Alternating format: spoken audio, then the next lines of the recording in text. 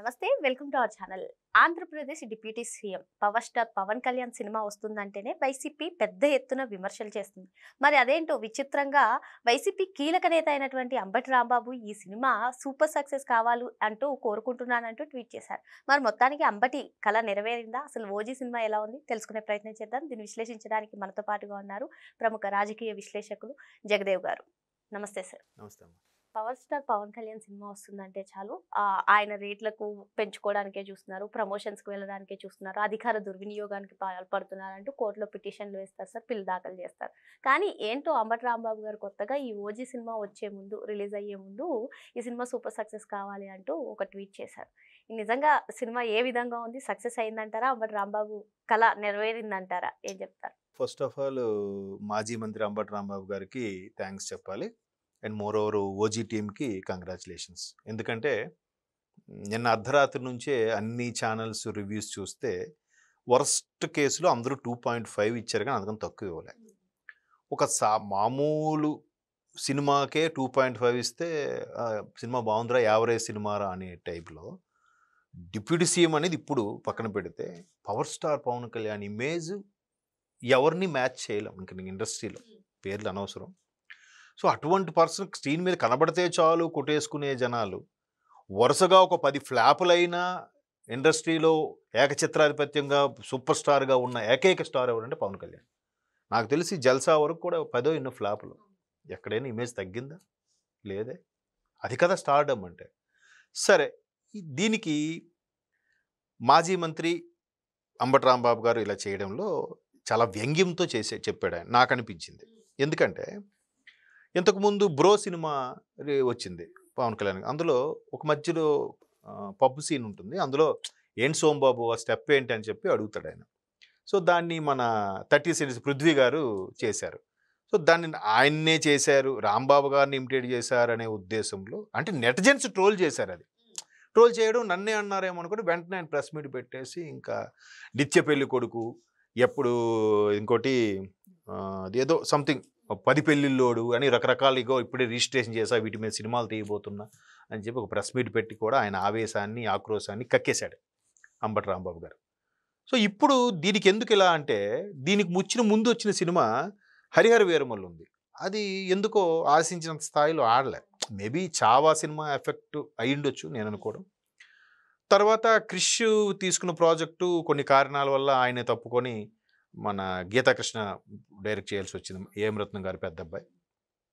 So మొత్తానికి graphics వల్ల, లేదంటే ఇతనికి టైం అడ్జస్ట్ అవ్వకపోవడం వల్ల, ఎందుకంటే ఇతనికో స్పెషల్గా అమరావతిలో సెట్ కూడా వేయాల్సి వచ్చింది. ఎందుకు? 5 శాఖలకు మంత్రి, పైగా ఉప ముఖ్యమంత్రి కదా. ఇప్పుడు ఈ సినిమాలు ఎందుకు చేయాల్సి వచ్చింది? ఆయన ఏవైతే 3 సినిమాలు అగ్రిమెంట్ సంతకం పెట్టాడో వాటిని కంపల్సరీగా పూర్తి చేసి తీరాలి. లేకపోతే ఏమంటాడు? ఒక ఉప ముఖ్యమంత్రి అయ్యుండి రాజకీయాల్లో ఉంటూ బాధ్యత తెలియదా?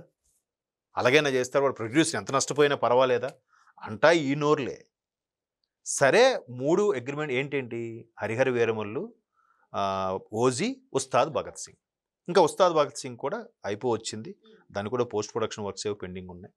సో వాటి కమిట్ అయ్యి అడ్వాన్సులు తీసుకున్నాడు కాబట్టి బాధ్యతగా చేస్తున్నాడు ఆయన.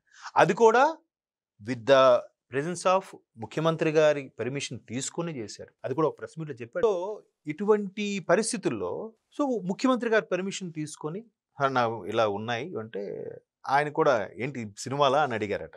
ఎందుకంటే కూటమి ప్రభుత్వం ఛాలెంజింగ్గా తీసుకుంటుంది ప్రస్తుత పరిస్థితుల్లో. ఏదైతే ఆంధ్రప్రదేశ్ ఒక్కసారి 10 ఏళ్ళు వెనక్కి వెళ్ళిపోయిందో మళ్ళీ దాన్ని గాడిని పడ్డానికి కనీసం 5 ఏళ్ళు పడుతుంది. అభివృద్ధి ఒక మెట్టు పైకి ఎక్కించడం పక్కన పెట్టండి, ముందు అన్ని ప్యాచీ వర్క్స్ చేసుకొని రావాలి. అంత దారుణం చేసేసారు కదా. నిర్మించాలి పక్కన పెట్టి ముందు దాన్ని ఏమంటారు, ప్యాచీ వర్క్ ముందు చేయాలమ్మా. ప్యాచీ వర్క్ నడుస్తుంది ఇప్పుడు సంవత్సరాల వరకు కూడా. ఇప్పుడు మీరు అన్నట్టు ఒక్కొక్క మెట్టు నిర్మించుకుని వెళ్తుంది. సరే, అలాంటి పరిస్థితుల్లో బాధ్యతగా ఉండాలి కాబట్టి అవి ఫినిష్ చేస్తా అంటే సరే అన్నారంట. సో అందుకే ఆయన క్యాన్వాసింగ్, అదే పబ్లిసిటీకి కూడా వస్తున్నాడు. హరిహర వీరమల్కి చాలా ఛానల్స్కి ఇంటర్వ్యూ కూడా ఇచ్చాడు ఆయన, అన్నీ చేసుకొని వస్తున్నాడు. సో ఇప్పుడు ఓజీ టాక్ ఏంటంటే పవన్ కళ్యాణ్ వీరాభిమాని దర్శకుడు, దానికి ఇంకెలా ఉంటుంది? ఊహించుకుంటాడు కదా ఎలా తీయాలి, ఎలా చేయాలని. ఇప్పుడు ఓజీ దర్శకుడు సుజిత్ సాహో చూసారా? ప్రభాస్కి ఎలాంటి ఎలివేషన్ సీన్స్ ఇచ్చాడు. Last half an hour screen play ఎక్స్ట్రాడినరీగా ఉంటుంది. కదా. సో అట్లాంటి వయసు కూడా చాలా చిన్నది. ఫస్ట్ సినిమాకి 22 ఏళ్ళు 23 ఏళ్ళు అంట, రన్ రాజా రన్ సినిమాకి. అట్లాంటి సుజిత్ జానీ సినిమా చూసి పిచ్చెక్కిపోయిందంట ఆయనకి. ఎందుకు అంత నచ్చేసిందో. జానీ సినిమా పవన్ కళ్యాణ్ గారి దర్శకత్వం. అది నిజంగా 1.5 hour సినిమా అంటే ఆ రోజుల్లో సూపర్ హిట్ అయ్యేది. సో భార్య జబ్బు చేయడము అనే కథని కొద్ది డ్రాగ్ చేయడం జనాలకి సైలెంట్గా ఏదో మణిరత్నం సినిమా చూసినట్టు ఉంది అని ఎక్కలే ఆ టైంలో. ఎందుకంటే అంతకుముందు ఖుషి ఎలాంటి బ్లాక్ బాస్టర్ హిట్ కదా. సో అదొక రీజన్. పైగా ఆ సినిమా కిందకు పవన్ కళ్యాణ్ బాగా సన్నగా చిక్కిపోయినట్టు కనిపిస్తారు. అదొక రీజన్ అయి ఉండొచ్చు. సో కానీ సినిమా వాల్యూస్ టేకింగ్ ఎక్స్ట్రాడినరీ ఉంటుంది, ఆ ఫైట్స్ అవన్నీ కూడా. సో ఆ సినిమా నుంచి ఒక భక్తుడిగా అభిమానం అనకూడదు, భక్తుడు అనాలేమో, భక్తుడిగా మారిన సుజిత్ ఇప్పుడు సినిమా చూసి ఎలా ఉంటుంది. సినిమాలో కథ అవన్నీ రొటీన్ అయినా ఎలివేషన్ సీన్స్ ఎక్స్ట్రాడినరీ. విలనిజం కానీ, ఈయన బాడీ లాంగ్వేజ్ కానీ, పైగా సినిమాలో పవన్ కళ్యాణ్లు గారు ఎలా కనిపిస్తారంటే ఒక 10 ఏళ్ళు బ్యాక్ ఎలా ఉన్నాడో అలా అనిపిస్తాడు ఆయన. దట్టు అది 80s జరిగిన స్టోరీ, డాన్కి సంబంధించిన స్టోరీ కాబట్టి సినిమా 2.5 అంటే ఇలాంటి హీరోకి అది బ్లాక్ బాస్టరే కదా. సో మేబీ అంబటి రాంబాబు గారు ఆశీర్వాదం, ఆయన మనస్ఫూర్తిగా కోరుకున్నాడేమో హిట్ అవ్వాలని, అందుకు హిట్ అయింది. అందుకే అండి ఒక సామెత కూడా ఉంది, పగ ఉన్న వాళ్ళ మీద తిడితే భక్తి ఉన్న వాళ్ళకి తగిలిందంట. ఇప్పుడు రివర్స్ అయిపోయింది. అక్కడ ఏదో ఆయన మనసులో తిట్టుకొని ఏదో అనుకున్నాడో లేదంటే నిజంగా పొగిడాడో తెలియదు కానీ ఆ సినిమా హిట్. వ్యంగ్యంగా చేసినటువంటి కామెంట్ బూమ్రాంగ్ అయ్యి సక్సెస్ అయిందంటారు. మేబీ. సో మొత్తానికి ఓజీ సినిమా ఫ్యాన్స్కి పండగ. మామూలు చూసిన సినిమా బాగుందిరా, ఒకసారి చూడొచ్చు అని నార్మల్ పర్సన్ అన్నాడంటే ఫ్యాన్ ఏం చేస్తాడు, 10 సార్లు చూస్తాడు. మీరు పొద్దున్న మీరు కొన్ని సోషల్ మీడియా వైరల్ చూస్తే ఎక్కడ యుఎస్లో ఏంటా హడావిడి, ఎక్కడ డల్లాస్లో వాటిలో భయంకరమైన క్రేజు, ఆ కార్లతో ర్యాలీలు. ఎక్కడ ప్రస్తుత పరిస్థితుల్లో ట్రంప్ గారు ఎన్ని ఆంక్షలు విధించి ఎన్ని ఇబ్బందులు పెడుతున్నా వీళ్ళు అంతగా చేస్తున్నారంటే అది పవన్ కళ్యాణ్ రేంజ్ అంటున్నాను నేను. నిజంగా వైసీపీ హయాంలో ఉన్నప్పుడు వకీల్ సాబ్ సినిమా కూడా చాలా ఘోరమైనటువంటి పరిస్థితి. 10 రూపాయల టికెట్లు పెట్టినా 70 కోట్లు వచ్చింది సినిమాకి. అదే 100 రూపాయలు పెడితే అంత వచ్చేదమ్మా. ఇప్పుడు నిన్న ఎవరో ఒక మిత్రుడు అడుగుతున్నాడు, సార్ పవన్ కళ్యాణ్ సినిమా 100 కోట్ల క్లబ్లో ఇంతవరకు చేరలేదు కదా సార్ అంటే, 10 రూపాయలు పెడితేనే 70 కోట్లు వస్తే 100 రూపాయలు 1000 రూపాయలు పెడితే ఎంత, 7,000 కోట్లు వస్తుందా, 700 కోట్లు వస్తుందా చెప్పండి, జస్ట్ ఊహించుకోండి కదా. ఇవన్నీ అంటే చిల్లర కాన్వెంట్ పిల్లలు చేసే పద్ధతులు ఇవన్నీ. నువ్వు నాకు మొన్న చాక్లెట్ ఇవ్వలేదు కదా నీకు ఇవ్వను, నువ్వు మాకు విమర్శించావు కాబట్టి నీ టికెట్ రేటు తగ్గించేస్తాను. ఏంటది అసలు?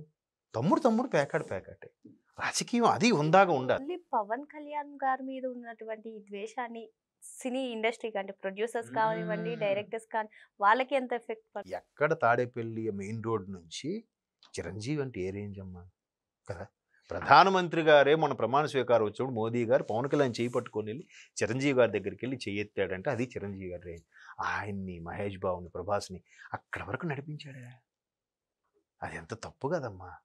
అది ఏంటి అంత అంటే నన్ను అందరూ దాసోహం అవ్వాలి, నా కాలు మొక్కాలి అని ఫీలింగా ఏమైంది ఇప్పుడు ఈరోజు? వాళ్ళందరూ ఎంత బాధపడి ఉంటారు. అంటే ఒక్క పవన్ కళ్యాణ్ గారి గురించే జగన్మోహన్ రెడ్డి సినీ ఇండస్ట్రీని ఏపీకి రావడానికి కానివ్వండి, అభివృద్ధి చేయడానికి కానివ్వండి ఇష్టపడలేదంటారా? ఇష్టపడకపోవడం కాదు, ఒక ఏంటో మరి ఒక కసి అనాలా లేదంటే వారవలేనితనం అనాలా. ఇప్పుడు ఎక్కువ మంది నటులు టీడీపీకి ఫేవర్గా ఉన్నారు, అదొక మైనస్. అదొక పగ, మైనస్ కాదు. అంటే వీళ్ళందరూ టీడీపీతోనే ఫేవర్గా ఉన్నారు, మన దగ్గరికి ఎవడు రావట్లేదు, మనకెవడు నమస్కారం పెట్టట్లేదు, నేను నా రేంజ్ ఏంటో చూపిస్తా అని. కాకపోతే పోనీ ఉమ్మడి ఆంధ్రప్రదేశ్ కాదు, తెలంగాణలో నీ ఆటలు సాగవు. మరి ఎందుకు ఆ తాపత్రయం దేని? ఇప్పుడు పోనీ నేను రాచరిక పాలన ఎప్పుడు నువ్వే యువరాజుగా ఉంటావా, అయిపోయిందిగా, 3-4 ముచ్చటే అయిందిగా. ఇప్పుడు మరి ఎవడైనా కనీసం పట్టించుకుంటాడా? ఎవడైనా మాట వరుసకైనా పోనీ ఆయనకు ఒక మాజీ ముఖ్యమంత్రి కదా, ఒక రిబ్బన్ కటింగ్ పిలుద్దాం, లేదంటే ఒక ముహూర్తం షాట్ పిలుద్దాం ఎవడైనా అనుకుంటాడా? ఎందుకు ఆ పరిస్థితి ఏంటి అసలు? అంటే అదే తెలిసో తెలియక చేసిన తప్పులు ఈరోజు పెద్దగా అయిపోయి చుట్టుకునే పరిస్థితి వస్తుంది. సో వీళ్ళు ఇంత వ్యంగ్యంగా చేసినా, ఆ శుభాకాంక్షలు చెప్పినా పవన్ కళ్యాణే. వీరు ఇప్పుడు అప్పట్లో ఇంకో ఫ్యాషన్ ఏంటంటే ప్రతి ఒక్కడు లోకేష్ గారిని, పవన్ కళ్యాణ్ గారిని విమర్శించేస్తే ఇమీడియట్గా ఇమేజ్ వచ్చేస్తుంది. With in the span of 10 minutesలో అది మొత్తం వైరల్ అయిపోతాడే కాన్సెప్ట్. అంటే ఎవరినైతే విమర్శిస్తున్నారో వాడికి ఎక్కువ ఇమేజ్ ఉందన్నట్టు. అదే వీళ్ళ కాన్సెప్ట్. మన న్యూస్లో రావాలంటే లోకేష్ బాబుని అనాలి లేదా పవన్ కళ్యాణ్ అనాలి. చూడండి మీరు గత ఎన్నికల్లో అత్యధికంగా బాడీ షేమ్ కానీ వ్యక్తిగతంగా కానీ అవమానపడింది వీళ్ళిద్దరే. పాన్ ఇండియాలో మీరు ఎక్కడైనా చూసుకోండి, మొత్తం ఇండియా మొత్తం మీద పవన్ కళ్యాణ్ గారిని, లోకేష్ గారిని ఎక్కువగా అవమానించారు. వాళ్ళంత అవమానం ఇంకెవరూ పడలేదు. బట్ ఇప్పుడు వాళ్ళే ఎలా ఉన్నారు? లోకేష్ గారు ఒకప్పుడు వాళ్ళ పేరెత్తడానికే భయపడినవి ప్రతిపక్ష హోదా కూడా లేని ఈ నాయకులు ఇప్పుడు లోకేష్ గారు రెడ్ బుక్ పేరు వైరల్ అవుతుందా? అంటే ఇండైరెక్ట్గా భయపడుతున్నట్ట లేనట్ట? అదే. సో మొత్తానికి ఓజీ హిట్. ఇంకో కలెక్షన్స్ ప్రకారం చూస్తే బ్లాక్ బస్టర్, అంతే కదా. మరో అంశంతో మళ్ళీ కలుద్దాం. Thank you sir. థ్యాంక్స్.